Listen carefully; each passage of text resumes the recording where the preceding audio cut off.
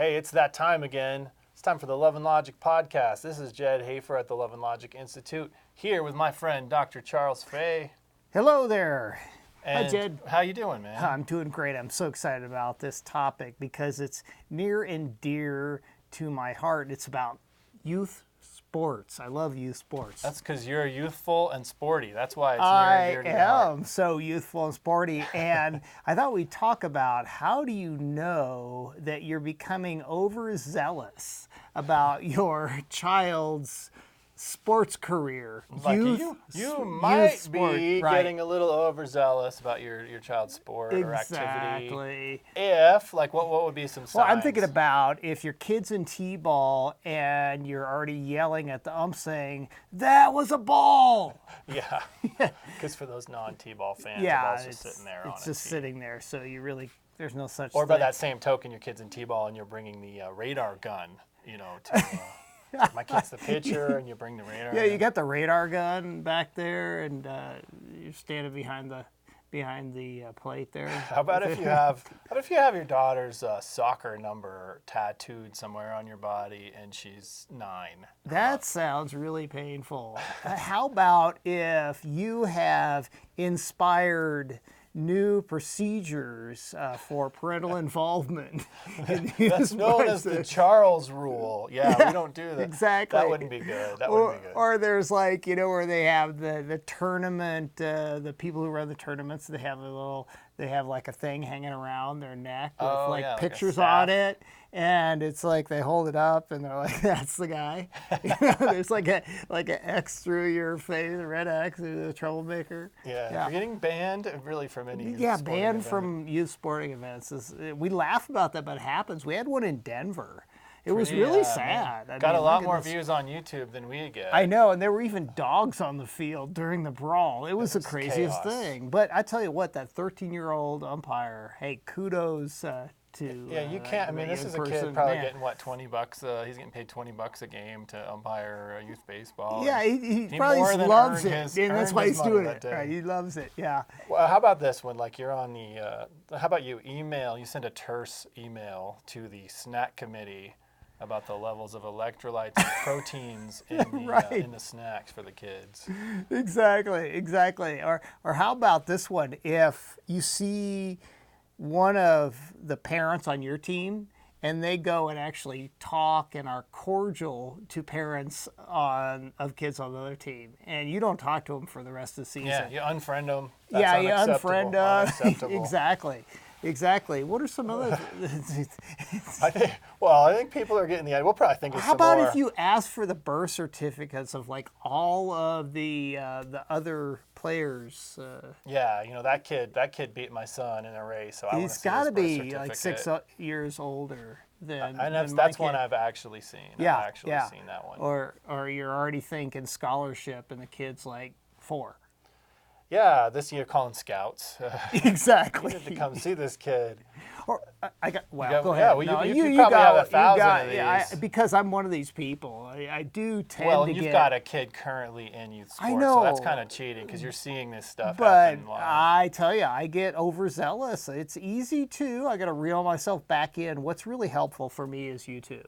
Yeah? Because you don't wanna end up there? Exactly. Other than this, yeah. But it's never looks good on your resume when there's a major brawl, especially when you're somebody who runs a company called Love and Logic. Yeah, neither of those things are apparent in a lot of those YouTube It doesn't videos. look good. I've got to be sneakier with my misbehavior. Yeah, you don't see a lot of love in some of those videos. You don't see a lot of logic. No, in a no, lot you of those don't. videos. How about if the kids are kind of trying to let you know? I mean, Dad, it's just a game. Yeah, your kid has to console you Exactly. after a loss. And it ruins your week. That one hits you're close to just home. ruined your week. Or Some of these are a little convicting because I've edged kind of close to some of these myself. Yeah, I've edged kind of close to these myself too. I think the big one is it ruined for me is I get depressed if my kid's team doesn't do good. Yeah, and again, it wouldn't matter. He could be in the pros, and it shouldn't really It shouldn't ruin your really mood. matter. Yeah. But in this case, it's happening when he's 11 or 12. Shouldn't be ruining your week. Yeah, how about if you coach the kids during the game more than the coach does? Seen that one for sure. Yeah, I mean, you actually have taken, you work on your coach voice during the week just so you don't run out of gas by the end of the tournament. And I can say this looking back now, I've had 4 kids. My 2 oldest are 21 and 20. My oldest was a pretty competitive, competed at a pretty high level in sports. He looks back and says, Dad, it was great to have you there. And the thing he really loved hearing from me was just that I enjoyed watching him play. It was more, all the coaching and all the wisdom I had for him wasn't particularly meaningful, but just that I showed up and was excited for him. That's kind of what really matters to him in hindsight. Yeah, and I've heard a lot of coaches give this advice to parents. What are you going to be this year? Are you going to be a coach or a parent? Because you can't do both. That's a nice way of saying, hey, you need to back off. And the way I look at kids and sports is that during the practices or the training sessions, the kids get plenty of instruction. If the kid wants some help from you and you've got some expertise, share it with them. Especially if you've got some expertise. If you don't, be humble enough to say, I don't know anything about this. Exactly. I don't know anything about how to do this. But during the game is a time to sit back and what? Enjoy, be a fan. Enjoy. Cheer, be a fan. If you have a hard time doing that, though, which I do, I've just decided not to pay attention sometimes. That really helps. I don't know. You should try it. Yeah, just pace around, or I strike up a conversation with a parent on the other team. I've done that. Yeah, it's really. And when you do that, sometimes they look at you like, Aren't you the enemy? I'd really like to talk to you, but I don't know if. And I've had some of the greatest conversations. Our middle schoolers are competing right now. I don't think I can be civil to you. Can I really?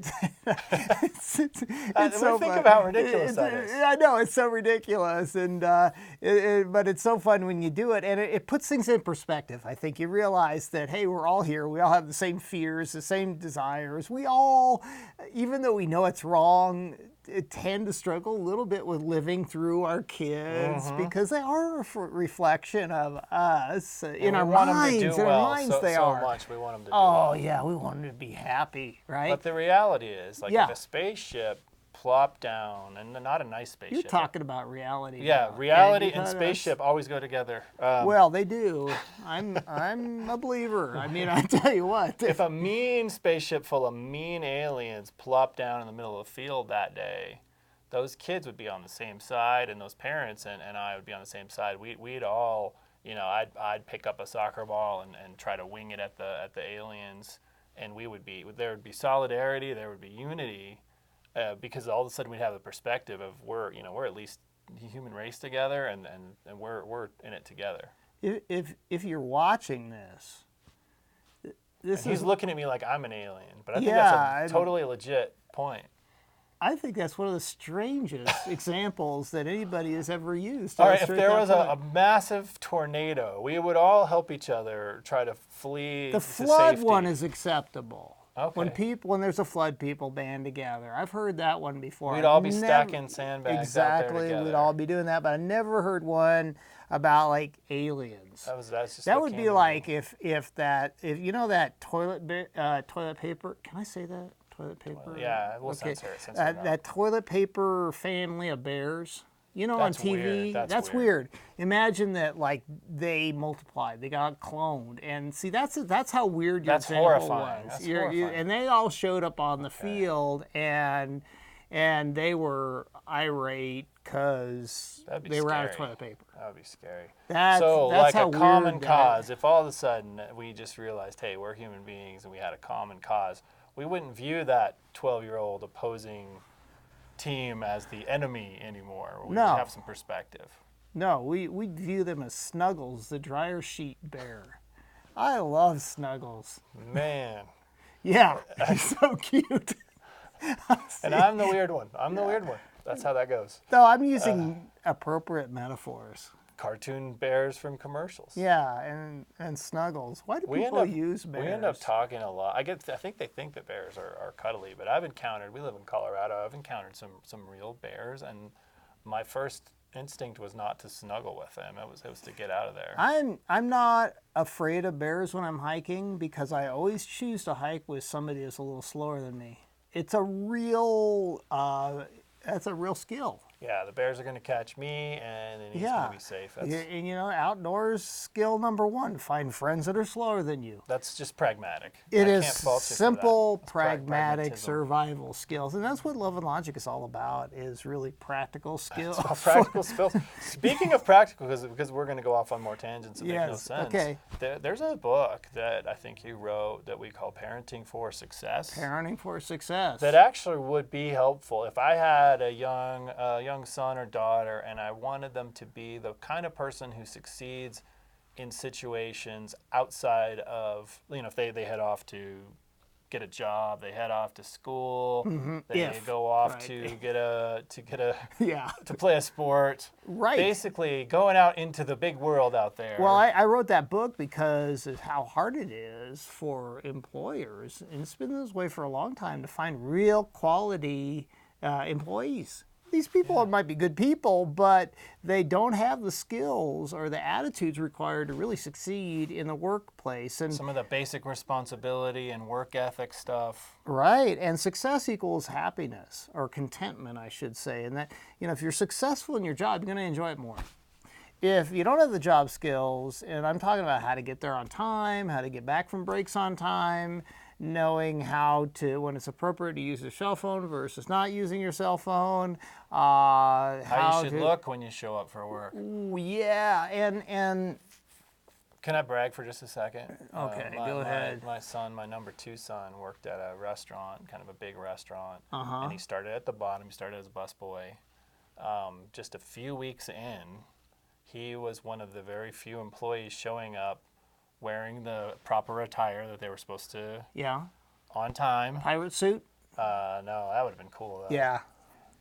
Wearing your proper attire on time and not in somehow intoxicated by any substance. Oh, that's a bonus. He was a rock star. Like, they wanted to basically make him like the manager. A rock of the whole star place. that's not intoxicated by anything. There's another paradox. That is there. amazing. I mean, he was very well, and to this day, he's off in college now. But if we go into that restaurant, it's like they want to have a parade when he shows up because they remember him. Everybody loved him. Everybody appreciated him. And truly, he said, all I do is just to show up and do a good job. That is amazing. I bet you feel great about that. Seriously. I really do. I don't know that I did anything to cause that, but I will tell you that the principles in this book, it really does. It's about training kids to feel good about doing a good job. Yeah, that sense of healthy pride. A healthy pride and a job well done, responsibility, exactly. And that we feel good about that.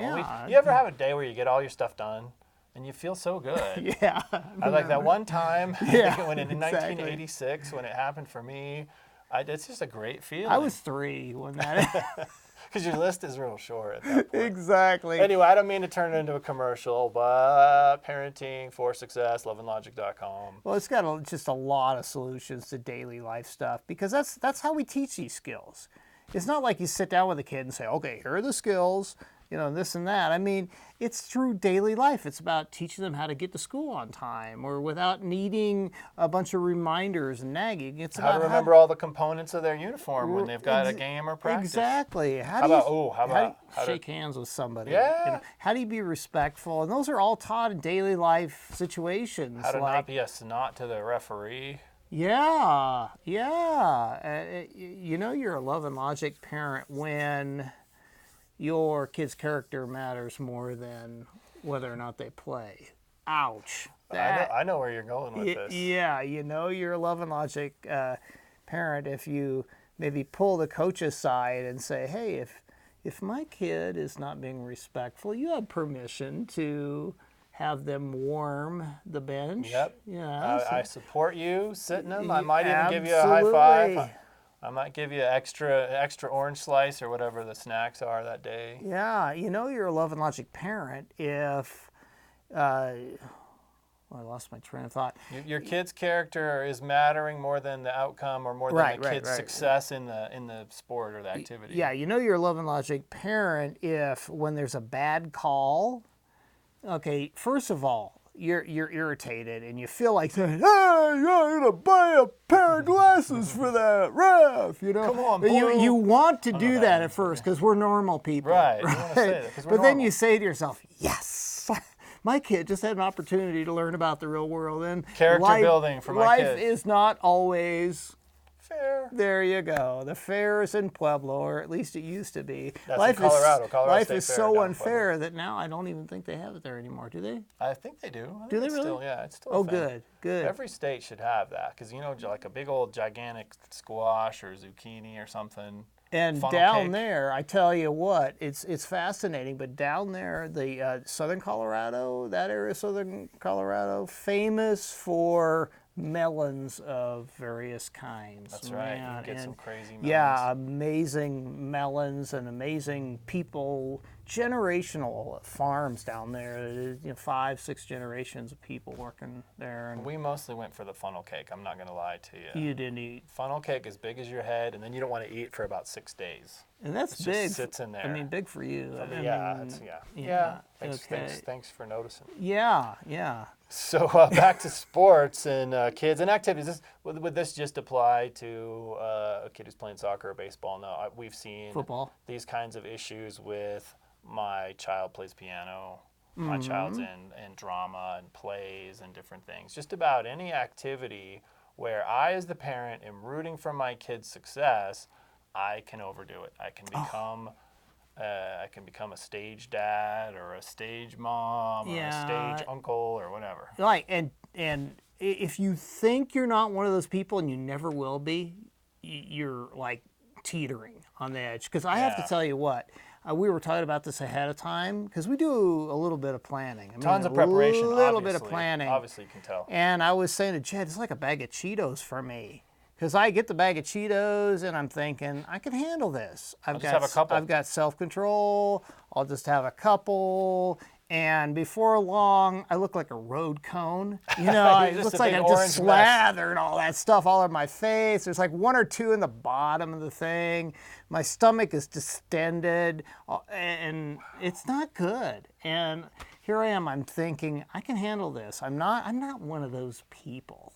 And then you find yourself over. And then, wow. And isn't that true about life in general? When you start thinking, it's like, I'll never do that. I'll never do that. Then next thing you know, you're into it. And so I know somebody who did a life hack. You know those life hacks, right? No, seriously, what is a life hack? That's where you cheat at life and you've learned to do something in a much easier, better, more efficient way. So I hesitate to even share this one with you because you're going to use it. So so you don't get the fingers. They took like those plastic tongs that when you have tacos, you might have the little plastic tongs to put the cheese on or something like that. And they were eating the Cheetos with the little plastic tongs. The problem with that is you can only get 1 or 2 with the tongs. So I was thinking like a scoop. You just get like a plastic scoop with a handle. Get that in there, and then that will save you from the I think if you just put them in a blender with maybe some Mountain Dew, stir them up. Man. I mean, because I like Mountain Dew and Cheetos. Why skip? That's a hack. That's eliminating the middleman. That's a double. That's hack. A double hack. So you fill it up, a 16-ounce bottle of Mountain Dew, nectar of the gods, by the way. Yes. Diet Mountain Dew too. This is basically a health food. And then the Cheetos, and crank it up. And then funnel. The funnel. Just pour it in the funnel? Yeah, and that way you don't get any on your lips. So you have certain family members that are pretty healthy people, and I'm hoping that those family members maybe not see or hear this because this is kind of anti-health advice. I'm not going to suggest this, but one of the things I like about doing these podcasts is that I can actually allow my mind to wander a little bit. When you're a public speaker, you have an obligation to make sense. You really do. By and large, when you're out there teaching people, and you have an obligation to make sense. But we've made a pact with the podcast. Right. We're not going to. You and I have talked, and we've just decided that there's there has to be a limit. There's a time for everything. There's no sense making sense. I learned that from the birds. There's a time for everything. Yeah. And there's a time for silliness. It can be its own reward even. Yeah, Just like it can Cheetos be. and Mountain Dew. It can be. So back to being healthy a little bit. We've talked a little bit about what we're going to see from a healthy parent is going to be a fan. They're going to have the enthusiasm. They're going to be supportive. But if I'm caring more about the outcomes in my kid, I mean, realistically, that's not good. If I'm starting to make moves that are all about giving my kids, too much of an advantage. It's one thing to say, hey, I want to get a nice pair of shoes for this season coming up. Yeah. Better, one of the things I learned from Love and Logic, and we employed this actually, my kids always worked to earn at least part of, if there was equipment to buy, a uniform to buy, a fee to enter, or lessons. Think about this with music lessons. The kids have some sweat equity. They've worked to earn some money. It doesn't have to be the whole price maybe, but I like maybe half of the cost the kid worked and paid for. Now if they say, I want to quit, or this is dumb, I don't like it anymore, whatever. Now I'm not 100% bought into this, well, I paid for this, now you have to stick it out. Because that can put me in a bad position as a parent if I'm only thinking about all the money that I spent, and then I'm going to resent my kid for wasting all that money. If they put some sweat into it, it ups the odds that in the first place they're more bought in. Right. But then on the back end, if they decide they don't want to do it anymore, some of that equity lost is theirs. Right. See this? Did you hurt yourself? No. Oh. Well, I did. I got it now. Okay, I was seeing that. Yeah, I've been working on my car. I like to fix up cars and stuff. But it's good bonding with adult right there. males. You know what that is? What is that? That's skin. That's skin. Yeah. The kid's got to have some skin in the game. You want him to have some skin in the game. Skin in the game. Yeah. All of that to say. That wasn't overstated, was it? No, I don't think so. Okay. I don't think so. All of that to say, a kid who has bought in more, rather than me doing, it's not anything else we talk about. If I do all the owning, there's no owning left for the person. If we share some of that ownership, it's really, really going to be healthier. It's like getting a rental car. If you don't have to pay, if you don't really own it, I mean, you have to pay for a rental car, but if you don't really own the car. Are you saying you don't take the same level of care? Well, I try to, but sometimes when push comes to shove and it's like there's a curb, like a 9-inch curb between me and where I need to go, I might. Is that why I'm always getting those rental cars that are out of alignment, like they need a front end alignment? Yeah. Is that why? Yeah, I mean, appreciate you taking responsibility for that. I do. We've seen that phenomenon. Someone doesn't have ownership of something. They're not gonna take the same level of care. They're not gonna put in the same level of effort. Yeah. Have you ever gotten a rental car that just smelled weird? Oh yeah. Yeah. I mean, sometimes you're just like, what is that? And you can't quite put your finger on it. And or you a taxi. You don't want to. I mean, taxis. I mean, and now they have this thing called Uber, and can I admit something? I've never done that. I don't know what it's like. I hear it's good. I don't know. We didn't have that growing up. It just kind of freaks me out though. Somebody I don't know. I mean, I'd ride with a taxi driver all the time, and I don't know them, but for some reason, I don't know. It's just all weird in my head. We were admonished when we were kids. We were admonished not to take rides from strangers. And then we were also admonished not to talk to strange people on the internet. And now it's like contact a stranger via the internet and then have them give you a ride. So it goes against just everything we were taught. Yeah. And we're not anti, Uber if they want to sponsor us or whatever. That's fine. Yeah, I mean, I Cheetos has already picked us up. Cheetos, Mountain Dew. So that's good. Yeah. Do the do. It's going to be pretty lucrative. That one's wrong. The podcast. Yeah. Do you have any final thoughts on this whole sports thing before we go off on any more tangents? Well, I like sports. I like youth sports because if they're handled right, so healthy. They're so healthy because they teach this too shall pass. Yeah, they teach some perspective. This too shall pass. They teach some perseverance. Right. And what I mean by this too shall pass is I want all kids to know that success, when you're doing really well, there's pass. it's going to pass, and you're going to have some hard times. And when you're doing poorly, if you keep, working at it, that's also going to pass. And it gives nice ebb and flow about life. It also teaches about kids about their strengths and the real. Speaking isn't one of mine. The reality that not all of us are good at everything. That's a wonderful reality for kids to learn. And that's okay. It's also great for them to learn about what healthy competition sportsmanship looks like and what it doesn't look like. They're going to definitely get to see that. They're going to get to see that sometimes it really feels good when we work hard at something. I like sports because you can spit food on the ground. Especially Seeds, baseball. the sunflower Your seed. son's I playing love baseball, that. so Yeah, I they love spit that. all kinds of stuff on the ground there. Yeah, It's like mulch. Eventually, the sunflower seeds all over the ground. It doesn't. It's biodegradable. Right. And it just becomes like mulch. It's fine. Yeah, it's good. It's good. It's good. Okay.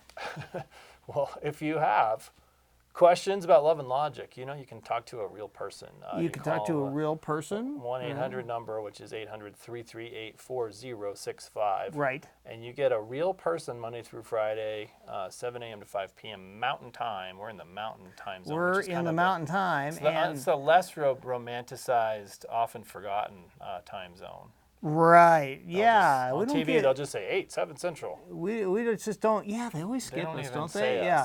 And love and logic also, and this is the serious topic. I mean, the serious topic is that we are at Love and Logic. We are so into raising kids who are resilient, who know how to make good decisions. They're fun to be around.